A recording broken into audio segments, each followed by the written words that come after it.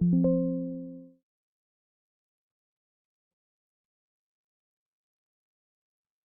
think nobody wants to come. Kick. It's not good.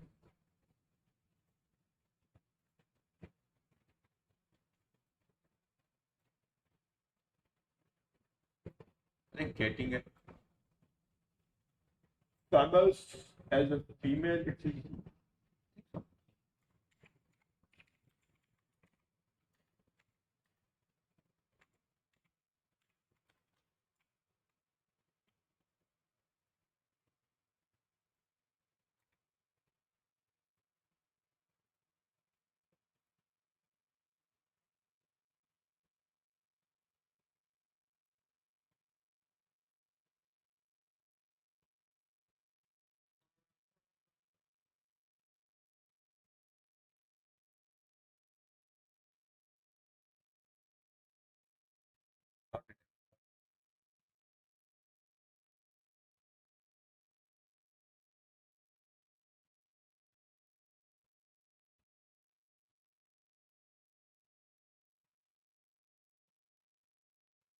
Oh, guys, today we are going to learn about the Gog and Magog according to the Jews. What they think, who are the Gog and Magog. And, and and let's see and find out who is the Gog and Magog according to the Judaism.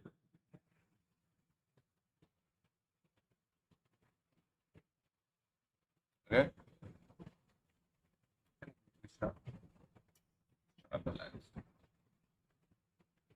Yeah, I also understand. Long time ago. Okay. Or maybe I think this video is more. Let's talk about what he says. It's how long is the video?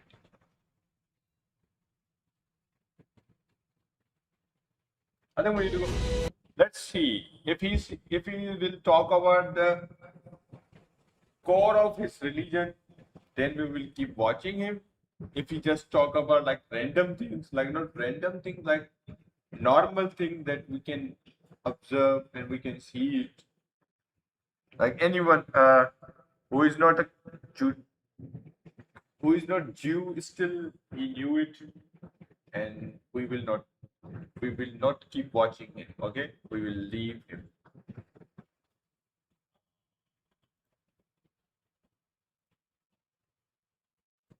We will watch him until he has some kind of useful knowledge about his religion. He wants to like tell us. We will keep watching him. I'm talking about this video.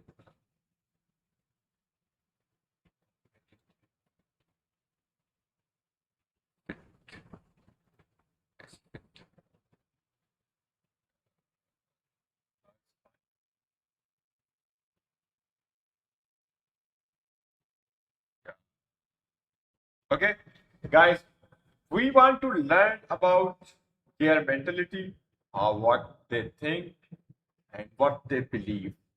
I'm talking about the Jews. And let's see what they tell us.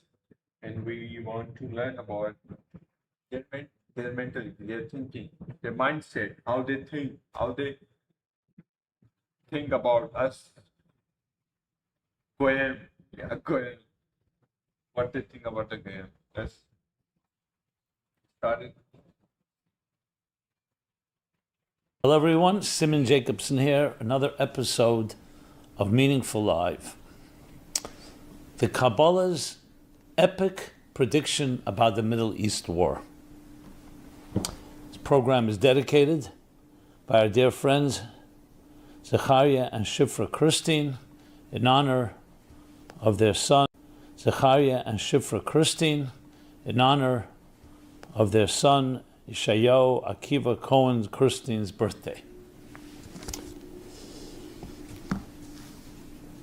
I feel really critically important to share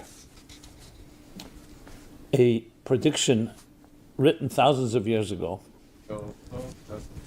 in a book called the Zohar, the Holy Zohar, classic work of mysticism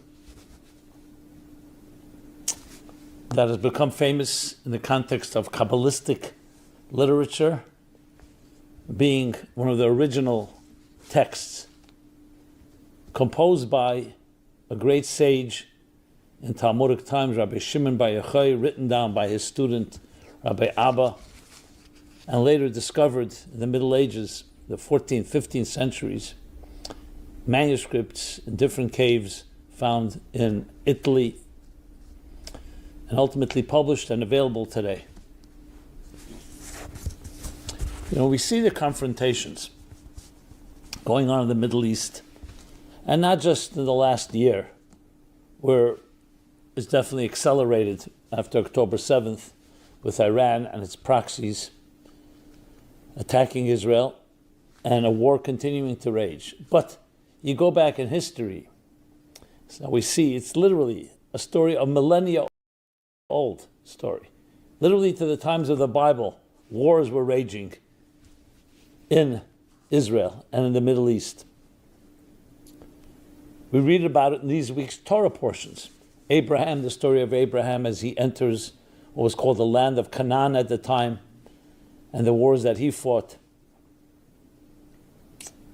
And ever since, literally, there's been a very, very small, short periods where there hasn't been some type of battle over what is called the Promised Land, the Holy Land. So it doesn't take much to recognize there's something going on in this particular region. The war over Israel, over Jerusalem, and later with the birth of Christianity and then later Islam. We're talking now respectively 2,100 years ago and 6th century, so 1,500 years ago, Christianity and Islam respectively. And the wars began to just grow in every possible way, whether it's the wars of the Crusades, of the Muslims, who's going to control this little parcel of land called the Holy Land. So when you see events today and you put it into that context, it doesn't necessarily resolve the issues and doesn't give us more peace. On the contrary, it just makes the mystery deeper. And especially when you read in the Bible the story of the confrontations that began, of the progenitors and ancestors of the Jews, the Christians, and the Muslims, all again in these week's Torah chapters.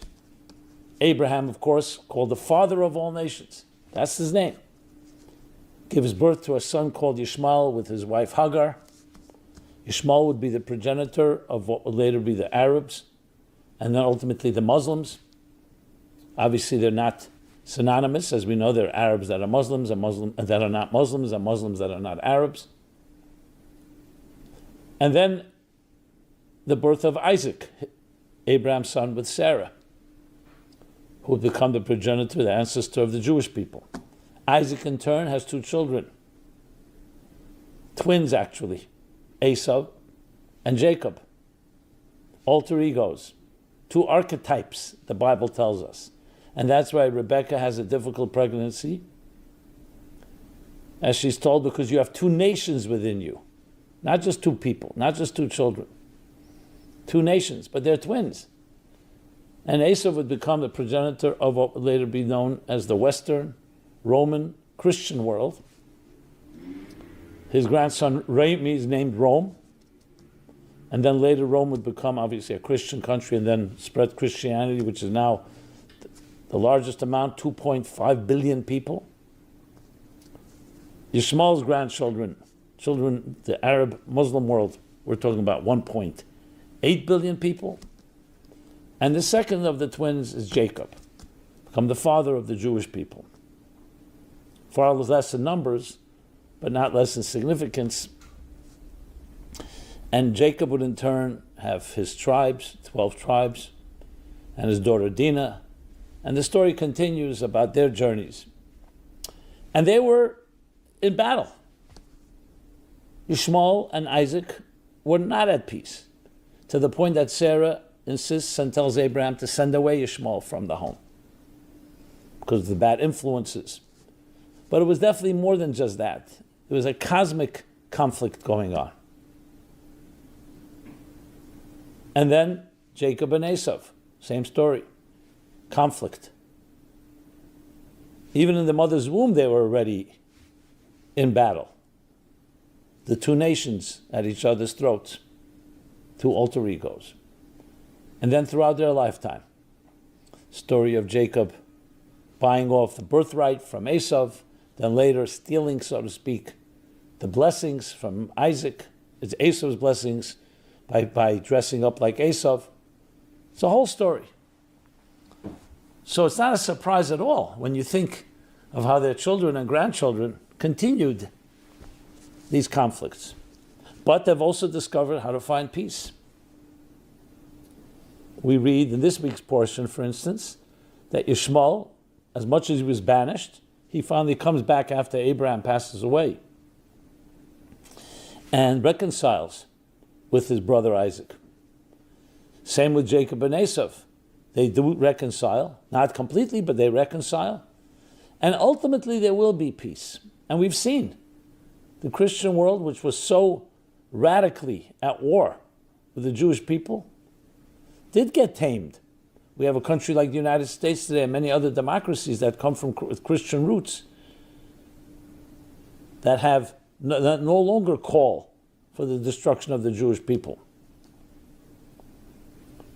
Islam has to go through its market correction. So the end of the story will be a peaceful one. But the confrontations are there and are still there. The clash of civilizations, as was coined back in the 20th century. So I'd like to read to you, or paraphrase at least, sections of the prediction of the Zohar about this whole story. And what it does once we understand it, again, it doesn't resolve the issue per se, but it gives us a deeper understanding of it, which makes it easier to resolve. Because at the end of the day, yes, these are spiritual, religious, and even cosmic confrontations. Ultimately, you could say in one line of how do we make our peace with our purpose, with our higher purpose? How do we make our peace with God? And there are different approaches to it.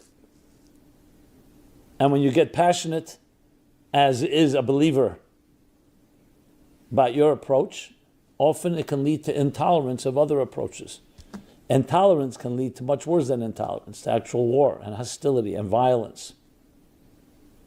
The violence against the infidels that you may feel are desecrating your view of what God wants.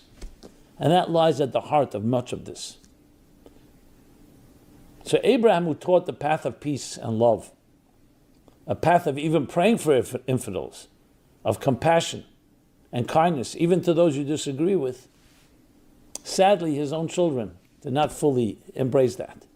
Ishmael was a man of war, as was Esau, aggressive, as the Bible tells us. And indeed, that create confrontations. At the heart of it really lies the hostility, or you can say the tension between matter and spirit. How do you make peace between them? There are those that teach the path of asceticism. Stay away from the material world as much as possible. Live on a mountain, live in an oasis. Insulate yourself from the drives and the temptations of the material world that entangle us in their tentacles. Others say, for example, the Calvinistic Protestant work ethic, find a way in the work world, in the material world, of virtue. And ultimately, the solution, which was what Jacob taught, was finding a way to spiritualize the material without the need to go to war, to find a way to recognize. Okay, that's why some Jews don't use touch phones, and they don't have a TVs in their homes. Yeah, living in mountains, but they use cars. Like they don't use like some kind of they can say they can change their mentality. Like if you watch TV, if you see something, it can change your thinking if you watch certain things. That they both come from a higher unity. But let's get back to the Zohar. That's why they are a little bit far away from TVs and these things. That I was going to read. So this is the Zohar. It's at the end of the chapter of Vayera, I should say, which is the second chapter in the book of Exodus. So it's interesting. It's in the book that talks about, in the chapters that talk about one of the worst and the first documented oppression and slavery and genocide of the Jewish people at the hands of the Egyptians. So the end of the chapter talks about the end of days. And it talks about these events that we were describing here. So it talks about two sages who are walking together, traveling together. And one says to Rab Chia, one sage says to his colleague, "Why are you quiet? You know, when we travel, the whole world is elevated through our words of Torah. So why are you silent?"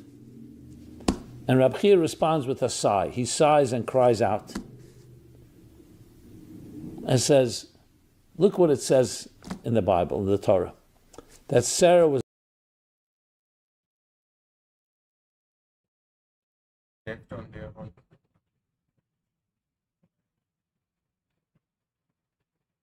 barren and had no child.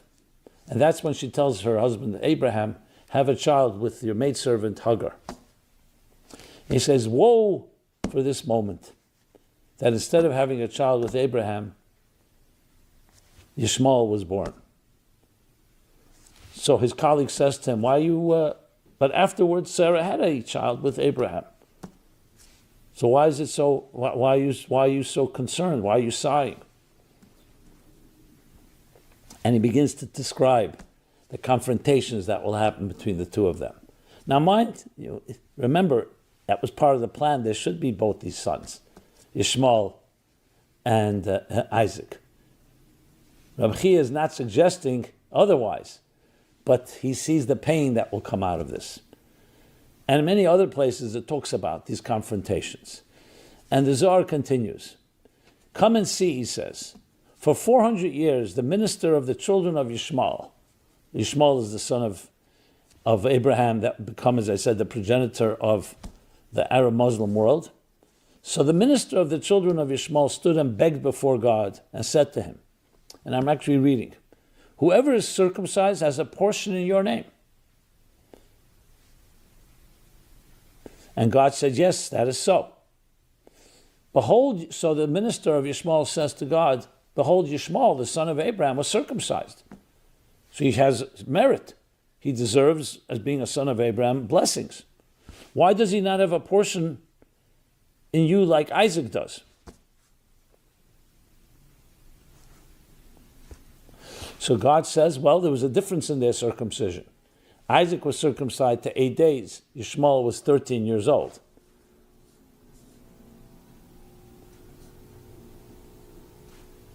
But the guardian angel of Yishmael does not accept that, and he says, but still, he was circumcised.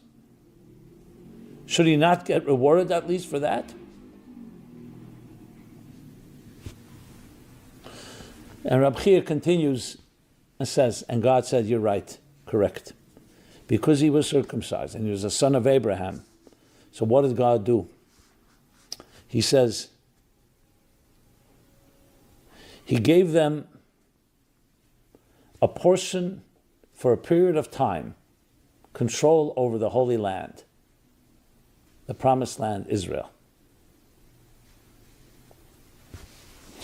And therefore in the future, the children of Yishmael are destined to rule over the Holy Land for a period of time when it will be like a wilderness empty from anything. But like their circumcision, which was not complete, it will be temporary. and it will be over a period of time when the land will be desolate. And they will indeed prevent the children of Israel from returning to their place until their reward is completed. Meaning, the time has come to return the land to the Jewish people. This is a Zohar. If you want to know the exact page, 32a. At the end of the chapter, as I said, Va'era. And then he continues, he says, the children of Ishmael, the Arab nations, the Muslim nations, will cause great wars in the world. And the children of Edom will gather against them and wage war against them. Children of Edom, Edom is another name for Esav. Basically a war between the West and the Muslim Arab world. One on the sea, one on the dry land, and one near Jerusalem. That's what it says, the wars.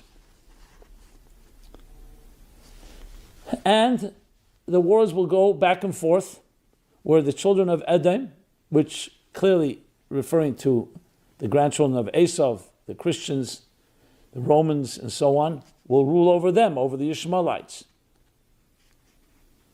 But the Holy Land will not be given over to the children of Edom.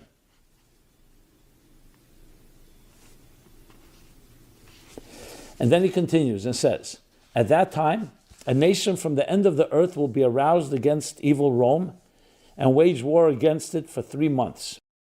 Okay, he is talking about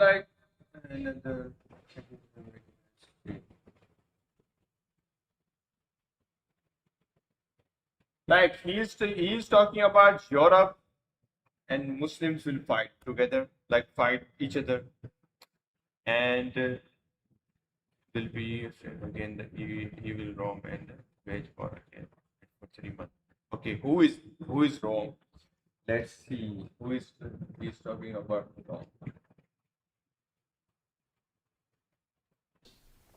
Nations will gather there, and Rome, referring to the Western world, will fall into their hands until all the children of Edom will gather against that nation, from all the corners of the world. Then God will be roused against them, and this is the meaning of the verse, for God is a sacrifice in Botzra, that's in Isaiah 34:6, and afterwards it is written that it may take hold of the ends of the earth, in Job 38:31. And then it will defeat the descendants of Ishmael from the land and break all the powers of the nation's guardian angels above. There will not remain any power of any people on earth except the power of Israel alone. And this is the meaning, God is your shade upon your right hand, in the book of Psalms 121:5. And then he concludes with a bunch of verses talking about how ultimately we'll come to the end of days, where on that day God shall be one and his name one, and all the people, all the nations of the world will recognize the name and the truth of this one God, each in their own way. All the children of Edom will gather against that nation, from all the corners of the world. Then God will be roused against them, and this is the meaning of the verse, for God is a sacrifice in Botzra, that's in Isaiah 34:6, and afterwards it is written that it may take hold of the ends of the earth, in Job 38:31. And then it will defeat the descendants of Ishmael from the land and break all the powers of the nation's guardian angels above. There will not remain any power of any people on earth except the power of Israel alone. And this is the meaning. But we all know who started the war of today. Maybe he's talking about something else war. It's look like he's talking about today's war, because he has created this video 2 days ago. God is your shade upon your right hand, in the book of Psalms 121:5. And then he concludes with a bunch of verses. But his story is not making sense. Like Adam and Ismail people did not fight each other. Who started the war? Like Jews start the war, and like Adam did not start the war. You have to. Yeah, you're right. They are not Israelites because they are white. If anyone is like from the Israel, like from the Palestine, they will be like look like me, almost a little bit brown. They're not white.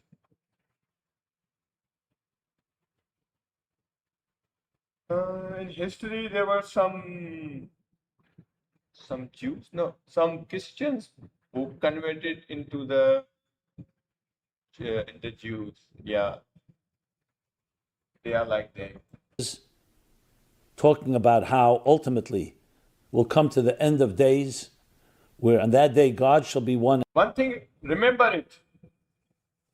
We have watched like before these rabbis' videos. They were telling about that we have to create these situations, and then our Messiah can come in these time period. Like they have to work for the Messiah. Like create a situation, like create a chaos, ungodly world, ungodly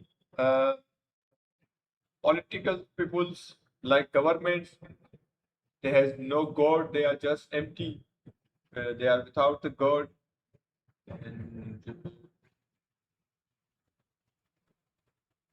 And there need to be a war, like he was talking about Adam and Basil, Ismail, before each other they will fight. Like Europe and Arabs will fight each other. Also, this condition is, I think they have created this situation. It's according to, like, if he is saying it and we know it in this time period, anything like, I think Americans were talking with Iranians and they did not want a war. But according to his philosophy, that Arabs are not fighting today. No, they are not fighting. Because we know Iranians are not Arabs, they are Persian.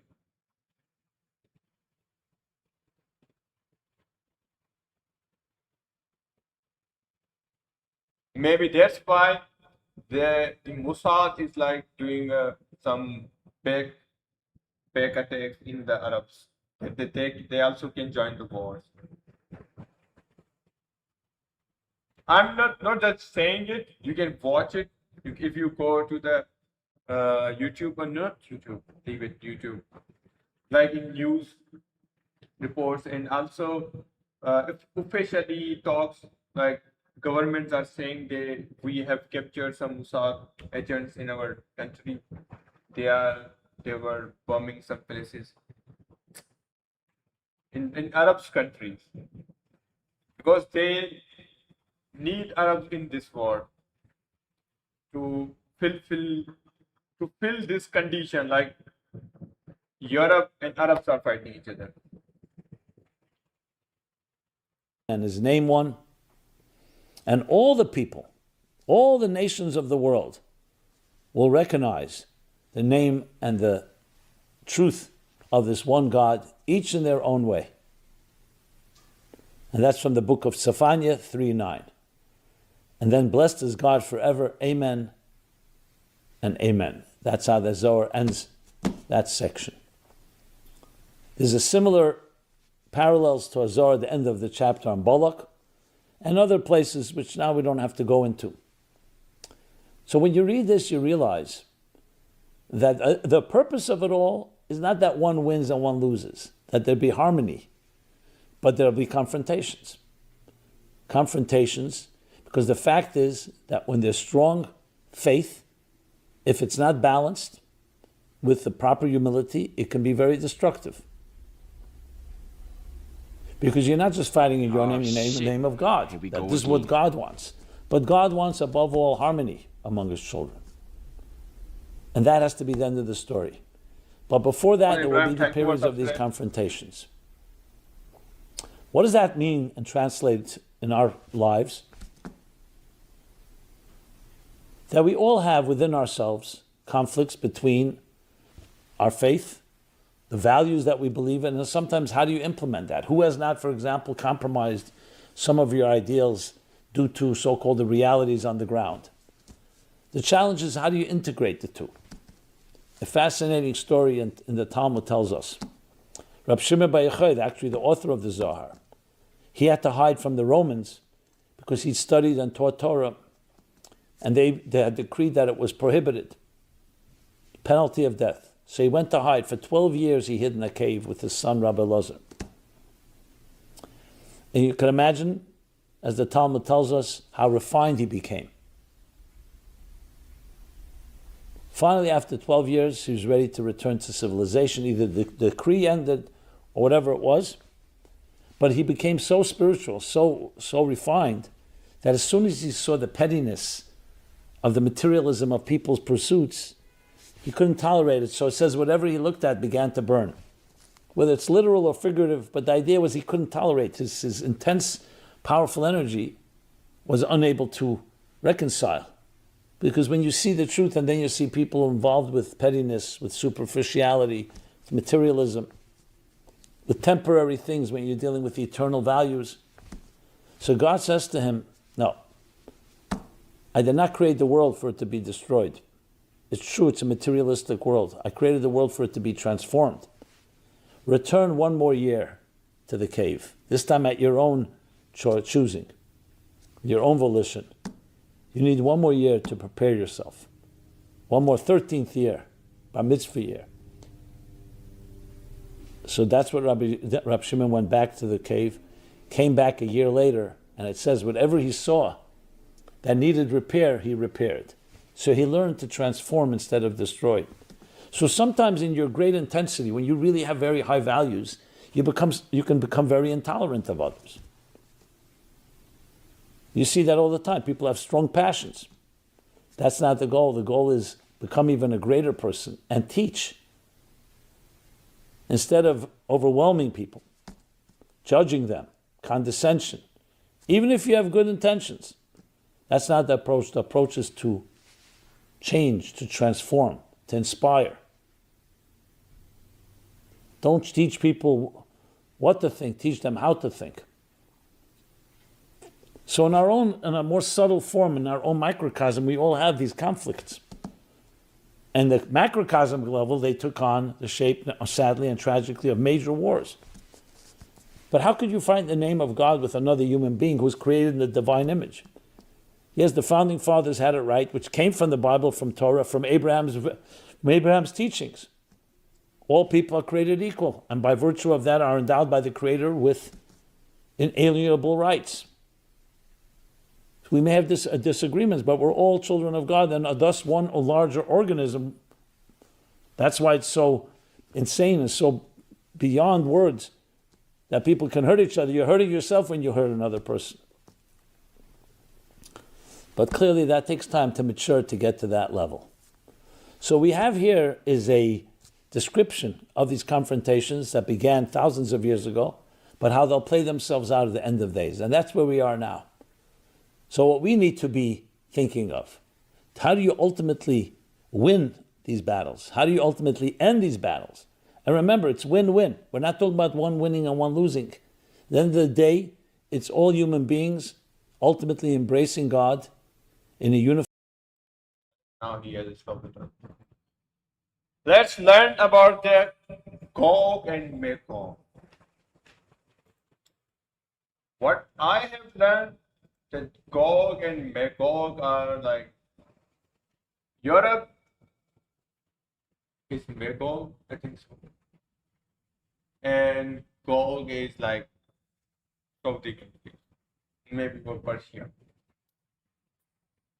I can be wrong. I'm not saying I'm 100% right. I'm just telling you that what I remember it. They believe that one party is Gog and one party is Magog. Like they will fight each other. Then will their Messiah will come. This war, like Gog and Magog's war, will create a not create like a it will create a situation that can then their Messiah can arrive there. Without this situation, their Messiah can't come. I think that's why they are like creating this situation. Let's learn it, and we learn, and then we will find out what they think. Maybe we can be wrong. I can be wrong.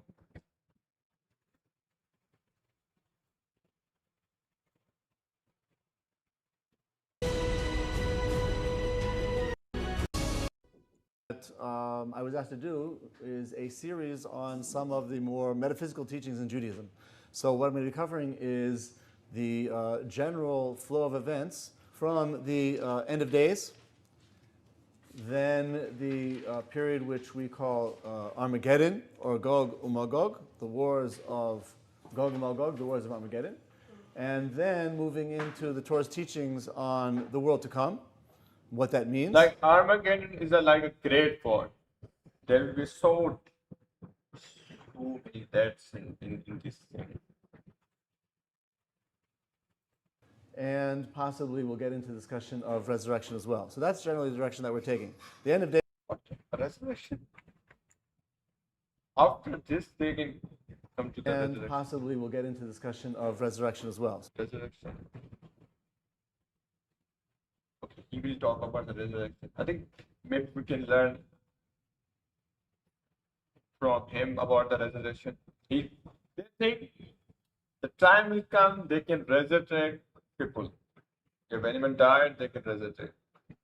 At that time, the time period of the Messiah, their Messiah.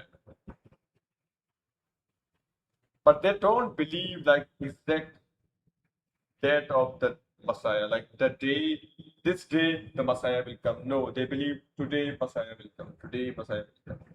So that's generally the direction that we're taking. The end of days, the wars of Armageddon, the world to come, and resurrection. Today we're going to be talking about the first part of this kind of flow of events, which is the end of days. The end of days in the more Talmudic literature is called Acharit Hayamim, okay? The end of days. The rabbinic literature calls it Ichvasa de Mashiach. Ichvasa is like the Hebrew word ekev, and Mashiach is the Mashiach, which means the period which is on the heels of the coming of Mashiach. So it's actually referring to the period up to and even including at least part of the period of Mashiach. After that period, after the coming of Mashiach, and the resolution of things in a more positive way, we would call that more the period associated with Olam Haba, the world to come. The period of Ichvus and Mashiach, or let's say the end of days in general, is divided into basically three periods. The first period is the period which is the warming up of the world towards the coming of Mashiach. The second period would be the period which could also be very tumultuous, just before and even during the actual appearance of Mashiach. Those would be the first two phases. And then, after that, you've got this period of the world to come. So, Ichvus Mashiach, or Achris Yamim, is really referring to, or let's say, put it this way, Achris Yamim is referring to all of those periods. Ichvus Mashiach would be referring to the first two. The characteristics of this Ichvus Mashiach are spelled out in great detail in our sources, and that's part of what we're going to go through. The sheets that I gave you is a list of specific descriptions of the Ichvus Mashiach, which we'll only be talking about later on, at the very end of towards the end of the talk today. But before we actually get through the specific list of description, or this list of specific aspects of Ichvus Mashiach, we have to understand some of the background information. First of all, very important qualification we have to remember is that when we're talking about the types of cataclysmic, world-changing, tumultuous events that are described in our sources as taking place during this period, the final period, approaching the period of redemption, it doesn't necessarily have to happen in that grandiose, cataclysmic, tumultuous type of a way. It can happen in a much more pleasant and smooth and fluid, beneficial point as well. It really all depends on us, and we'll see more about that as we go along. To the extent to which we merit the redemption, or to the extent to which God has to impose that redemption on the world.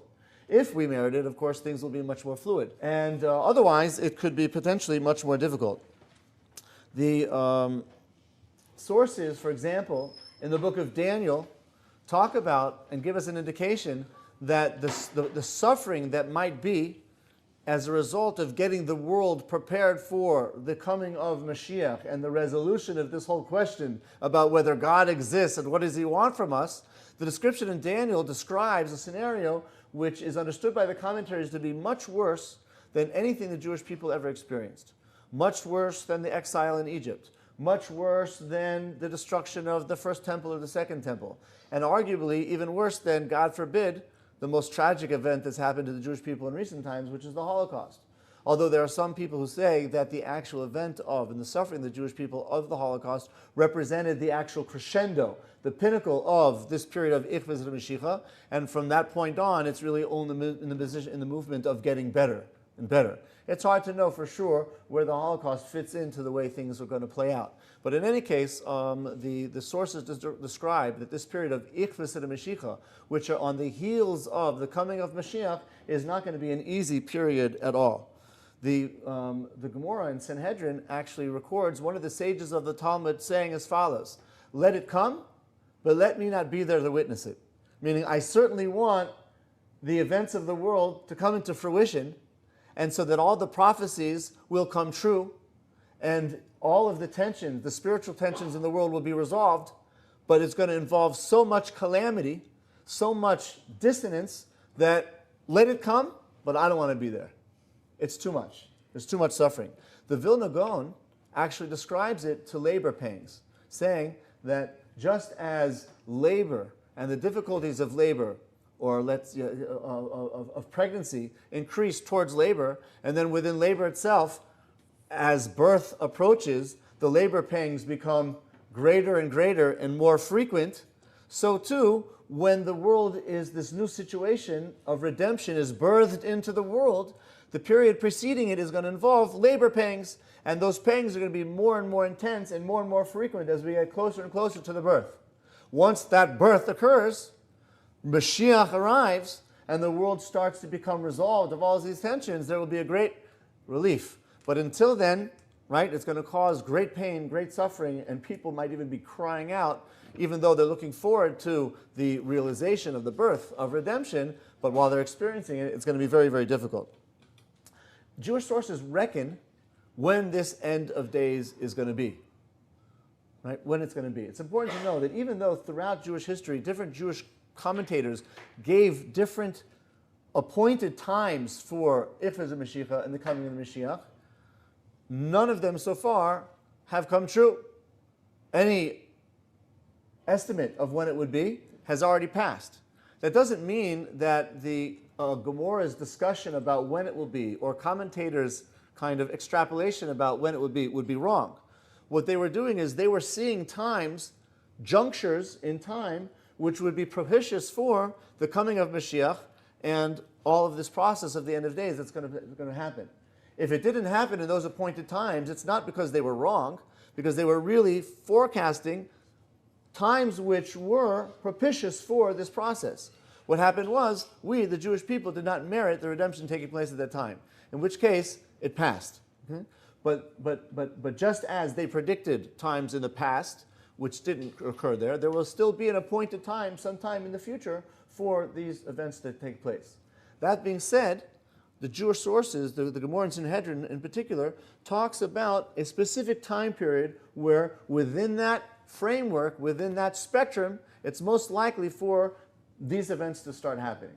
And the explanation basically is as follows, that there are 2,000 years since creation, which are described as Tohu Uvohu.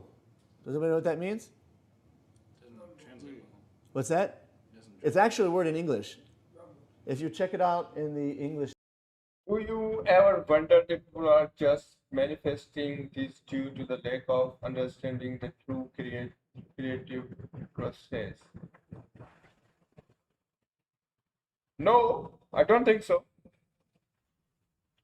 It's all about the finding the right book of the God. Like Messiah, if any Messiah comes, it's like it comes from the God. Like I'm talking about the messenger. If any messengers comes, he's from the God. Like he's saying some words, they are not his words, they are God words. Like if they are true, then they are really these things are coming in the physical form. Like if Messiah says something will happen, it means it will happen.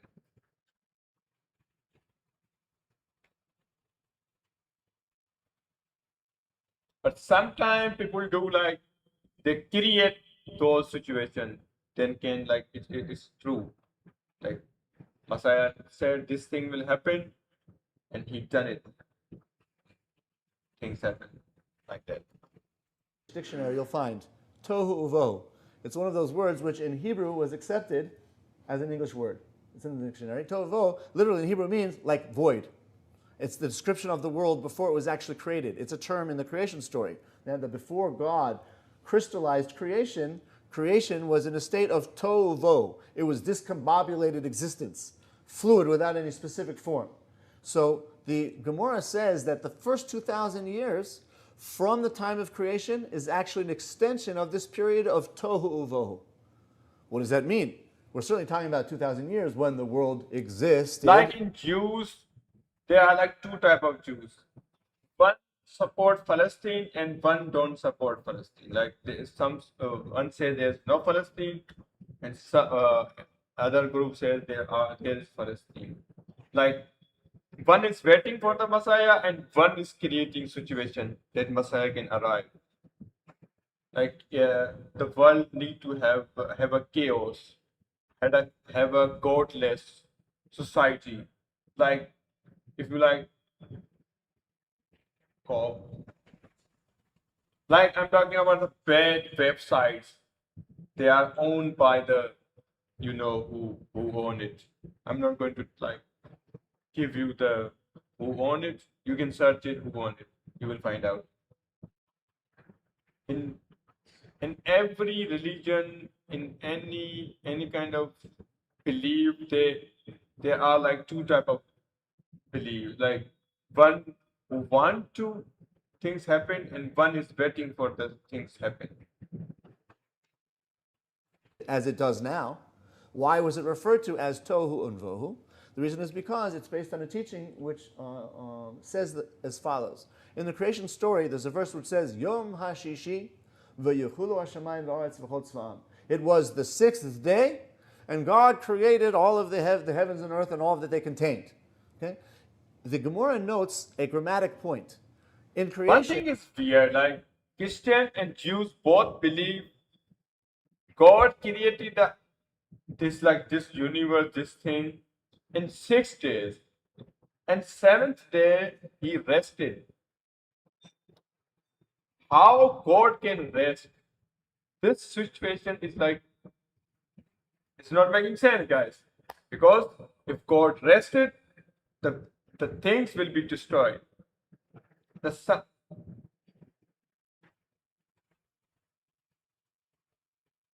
That's weird, guys. It's so weird.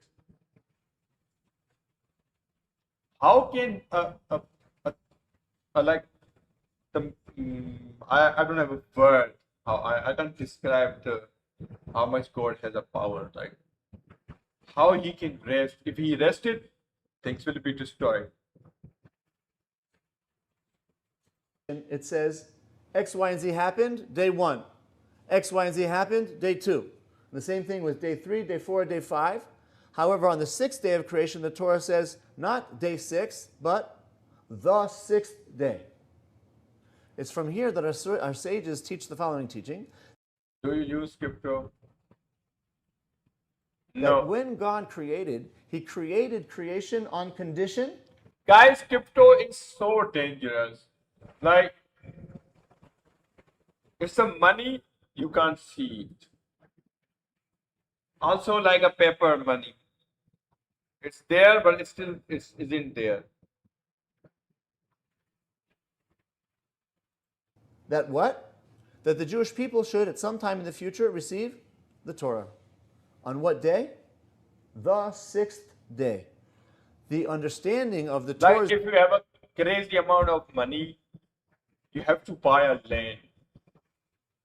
There is a something is there. Still, there is something. If you buy a land or if you buy a property, you can see this thing exist there. That's why the like crazy rich person, they have like crazy amount of lands in their hands. If you search it on Google, like these things are not public. Like like news can't show these things. News can't show these things like they are not normal on the news. News can't like say, oh, Bill Gates has like 2,000 acres land in America, or maybe in somewhere else, or some this billionaire has like this amount of land, but still they have land. You can search it on Google. use of the term Yom HaShishi is a reference to the sixth day of the month of Sivan. Guys, if you like, I'm talking something weird, like this means I'm chatting with my other chat. Like I'm live right now on Kick and YouTube and Twitch. On 3 platforms right now I'm live. Sometimes I reply on Twitch, sometimes I reply on Kick, sometimes I reply on YouTube. That's why. Which was earmarked for the time when the Jewish people would receive the Torah. And God said, if the Jewish people will receive the Torah on that sixth day of Sivan, Are you Jew? No, I'm not Jew. I'm not Jewish. Mutav, wonderful, everything will be great. But if not, because of course they had free will, they could have chosen not to accept it, then God says everything will be reverted back to Tohu Uvohu, a state of non-creation, meaning the whole purpose. I want to tell you guys why we are watching these videos, because we want to learn about their mentality. In this time period, they control whole world almost. Our political peoples are controlled by these person. Our banks are controlled by these person. Our like everything is controlled by their them. They control it. And we want to know about like how they think, what they want to do. Like every person has something like they want to do. Like they are waiting for the Messiah. Okay, they are waiting for the Messiah, and they also need to create a situation that Messiah can arrive in this time period.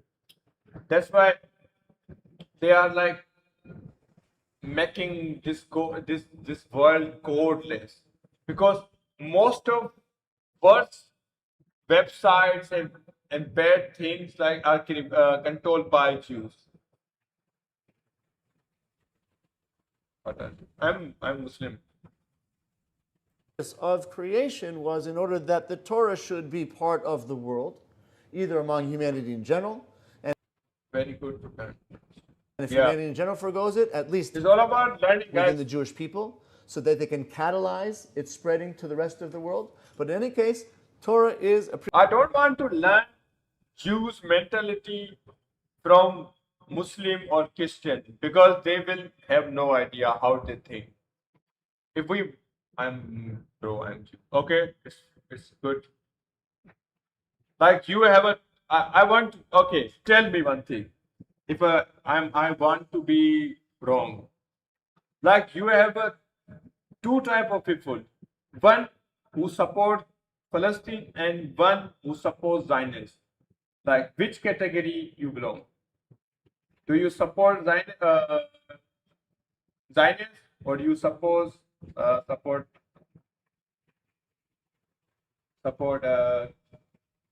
Palestine. Precondition for creation. Therefore, these first 2,000 years, from the time the world was created until the Torah was given, are described as tovo because the world was like in limbo. And yesterday I watched a video, a rabbi, because you can watch my yesterday's videos that I was online. Right, but I don't like Israel, but I think both countries should exist, Palestine and Israel. No, bro, they can't exist together. You have to understand, like their mentality is changed. Like other side think something else, and side think something else. They can't exist together. They need to be one.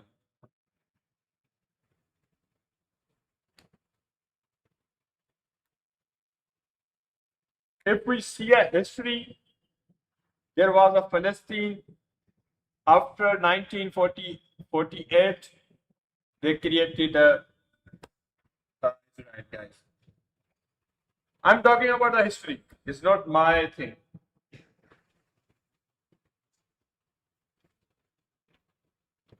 But I don't believe in these countries. Like if there is a USA or Israel, why there are borders? I think borders are useless. Yeah, borders are useless. They are just they are borders are here to control us. I think my thinking is like they are here to control us. Jews committing genocide again.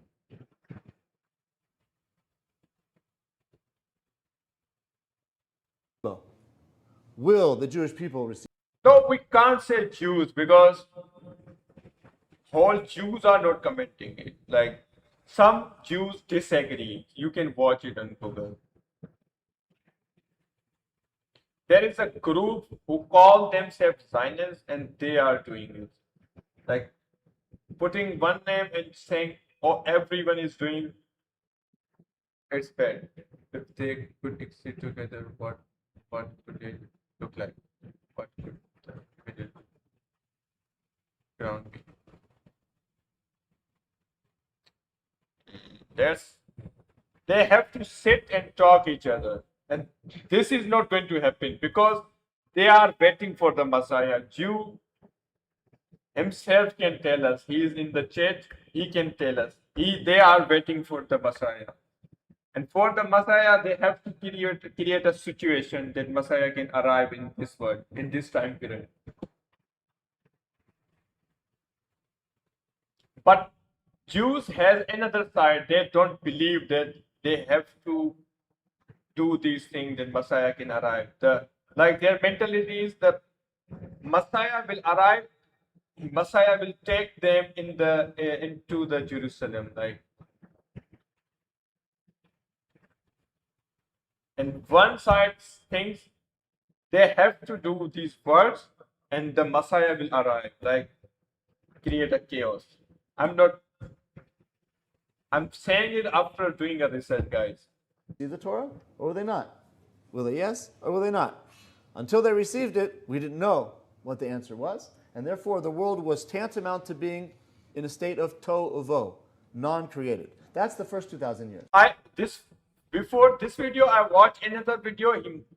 The rabbi was saying that Gog and Magog need to fight. Like Europe and Arabs country need to fight. But now Peter's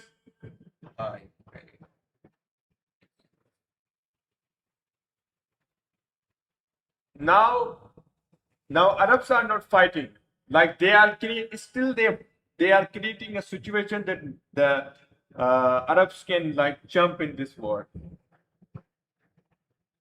If you see, there are some news are going on that Mossad agents were found in the Arabs country. They were planting bombs in the Arabs countries.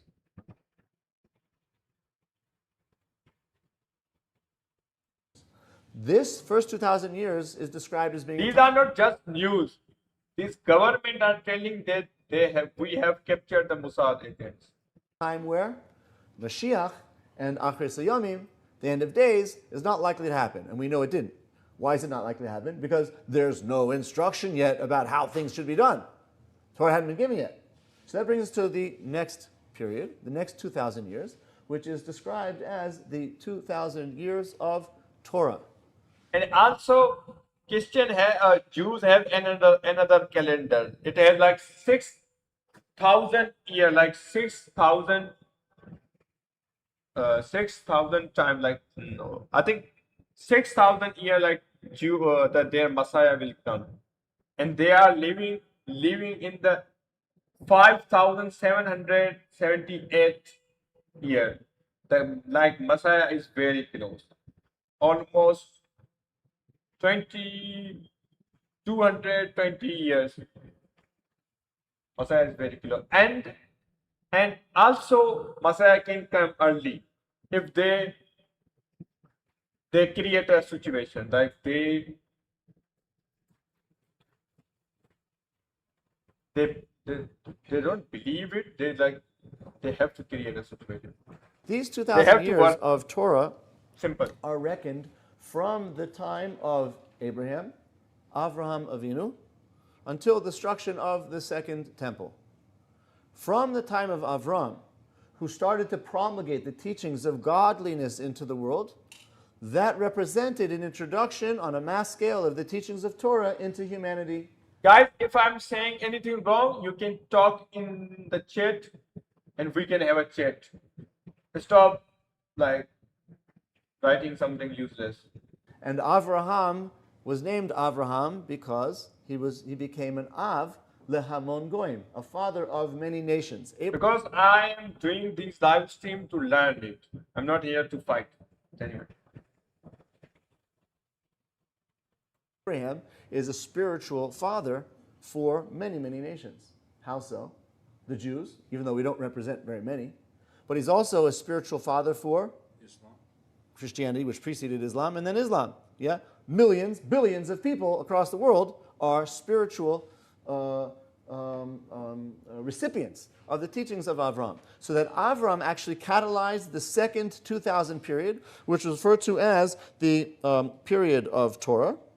And this was the period in which the belief in God is to be spread and proliferated. And that's how it was done, through Judaism, a light into the nations, which ignited the interest in God among Christianity, and then Islam. It's all there, the next 2,000 years. This is already a period where the world could come to its fruition. Things could come to their conclusion. If humanity accepts the existence of God and the sovereignty of God, then that already is moving the world in the right direction.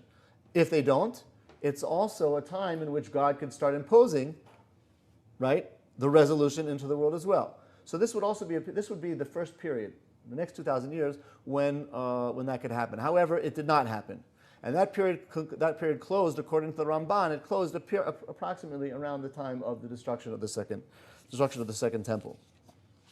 Rambam makes an interesting point that Christianity and Islam were actually either tolerated or perhaps even inspired by God in order to wean the non-Jewish idolaters away from idolatry and to prepare them for the belief in one God.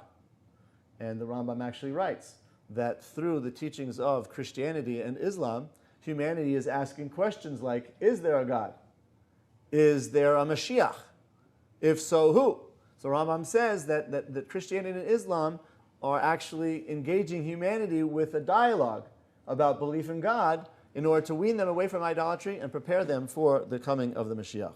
So then you have the third period of the 2,000 years. The third period of the 2,000 years is called the period of Mashiach. Now, Mashiach could have come earlier.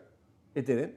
But Mashiach will come at some time during this last 2,000 years. We don't know exactly when it will be, but according to Jewish sources, it will certainly be within this last period of 2,000 years. Like you mentioned, we're in the... Yeah, it can come early, like it says 6,000 years. He's not saying it. I'm talking about another Rabbi. He was telling that. The year 5,775. Yeah? According to Jewish sources, Mashiach has until the year 6,000. How many years do we have left? Okay. 225 years left. You guys are good at math? Yeah, I told you guys, according to them, still Messiah can come early if they've done it everything perfect. Yeah, a little over 200 years left. A lot has got to happen in those 200 years if it's going to happen. Okay? But the time appointed is going to be that. Now, the sources say that regarding the redemption, that it's going to come in what's called in the verse, Bi'ito achishena. In its time, I will bring it speedily. The Gemara notes that this verse is contradictory. I will bring it speedily in its appointed time. If it's got an appointed time, it can't be sped up. And if it's something that can be sped up, then it doesn't have an appointed time. So the Gemara actually explains what this means is there are two ways that it can happen. It can happen if we merit it. It'll be sped up and brought as soon as possible. And that will be beneficial for everybody. However, even if we don't merit it, it doesn't come about on our own accord. There is a final appointed time beyond which things cannot continue as they are. The world as we know it will change. And that would be the year 6000. 225 years from now. Yeah. When's the last time that you predicted Mashiach to come?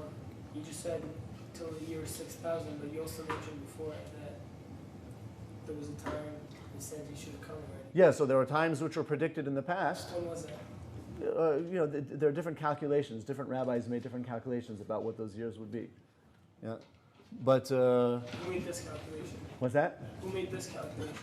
This is the Talmud. The Talmud says, that the final time where it's promised to happen is the year 6000.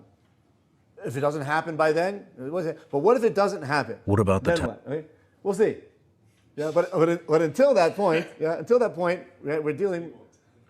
What's that? We won't. Somebody, so we won't have to deal with that problem. Yeah, if it doesn't happen, God forbid, yeah, so whoever's living then is going to have to deal with the theological implications of it not happening.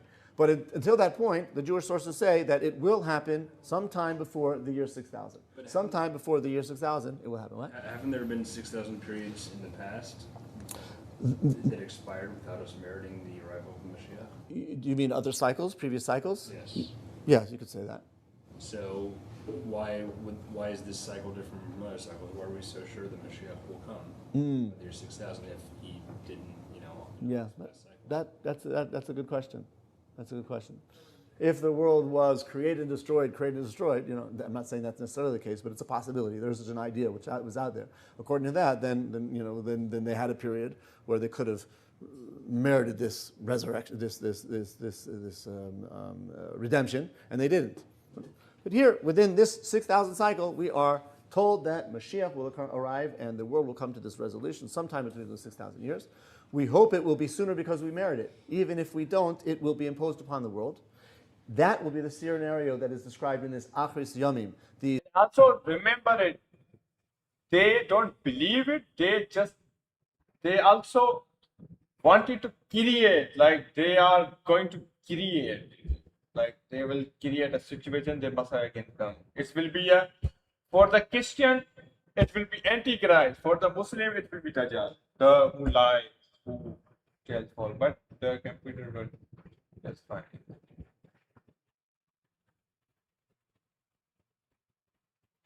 Yeah, these things happen when people are just relying on the false book, like a corrupted books. Because according to my religion, these books are corrupted. I'm Muslim.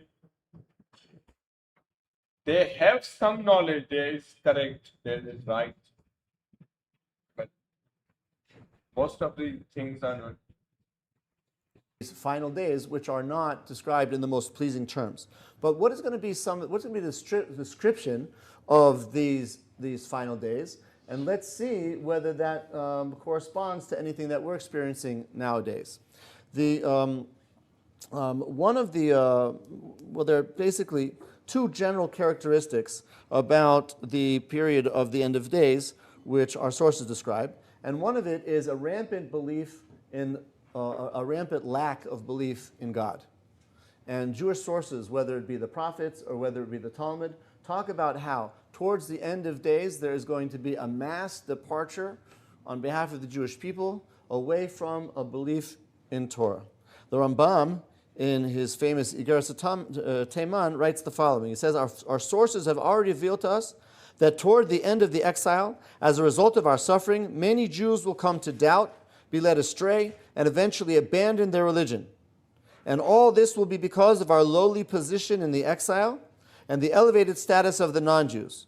But a few will still remain loyal and not become confused. I thought it was the other way around, where everyone, I always heard like if every Jew keeps Shabbat, then Mashiach is more likely to come. That's right, but Isn't it saying the opposite? no, because what we're saying, if every Jew were to keep Shabbat or keep two Shabbosim, then Mashiach would come. But the point is, right, the description of the Jewish people at the time of the end of days is not really conducive to that. Is the end of days the days before Mashiach? Yes. Basically, when everybody stops keeping faith in Judaism and everything goes to hell, that's when you get But isn't that the opposite to when everyone's keeping Shabbat? So what that teaching is saying is that if everybody at any time in history were to do that, yes, then it would come.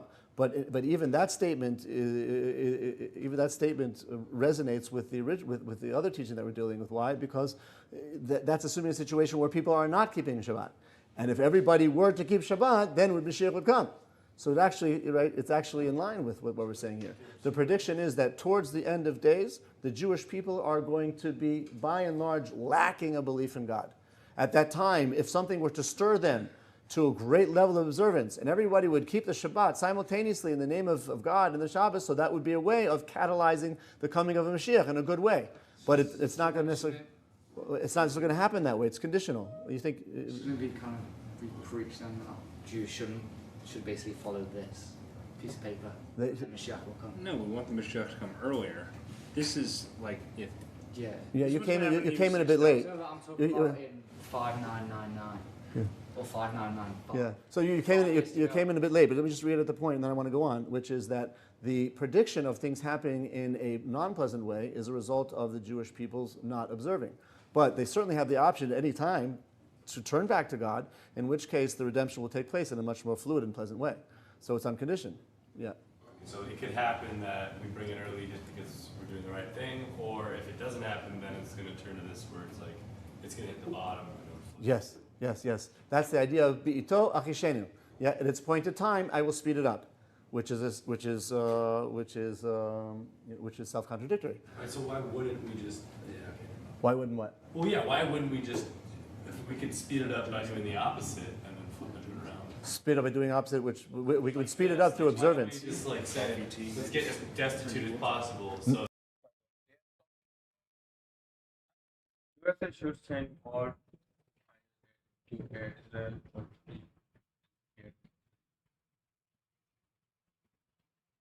Yeah, and kill their people. Like, I'm talking about the USA, the residents. There are so many poor people are living in the streets and they don't have a health care. then everything will, you know what I'm saying? Yeah. If this is the prediction, why don't we? It's so weird, bro. It's like try to kill my home and grow my neighbor home. Like killing my own family members and helping my neighbors. You are talking about like that. Like if you have some family members and you stop giving them help and they die and then you are helping your neighbor, it's like you are creating that kind of situation. Speed up this prediction as opposed to the other. No, because you're not going to bring it about any faster by being worse. On the contrary, right? Being worse is just going to delay it. The way to speed it up is by returning to God. Returning to God will catalyze God's returning in full to the world. What what this teaching is saying is there's a promise, which is even if the Jewish people do not return to God, and even if they reach the lowest of the low, God still guarantees that He's going to do a restart on the world, right? But that restart is going to, involve shutting things down, and you don't want to shut off your computer unnecessarily, yeah. But you might have to override everything, press the restart button, yeah, but that will happen. That's the point. It's a guarantee that even if we don't deserve it, it's going to happen at some final time. But when it happens in that way, it's actually going to be imposed on the world against its will. And that's not going to be pleasant. Yeah. Why do so many people believe in false messiahs? And why do so many people believe in false messiahs? Yeah, like why do like 1 billion plus people actually believe Jesus was like Messiah? So this gets back to the point that I was saying in the name of the Oh my God! How Jesus is false Messiah? How Jesus is false Messiah? I don't believe it. Jesus is Messiah, but they say it's false Messiah.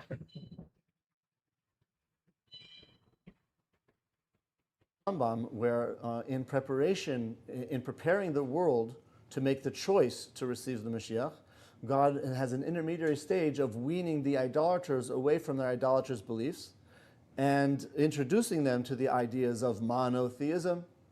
And Christianity and Islam, according to the Rambam, is about doing that, introducing the teachings of monotheism into the world, even if it means an intermediary stage where they're lacking clarity. But they do believe in the concept of Mashiach. At some point, it will be clear that who the Mashiach really is. But in the meantime, Christianity and Islam are like Okay, guys, we are coming back in like 10, 20 minutes.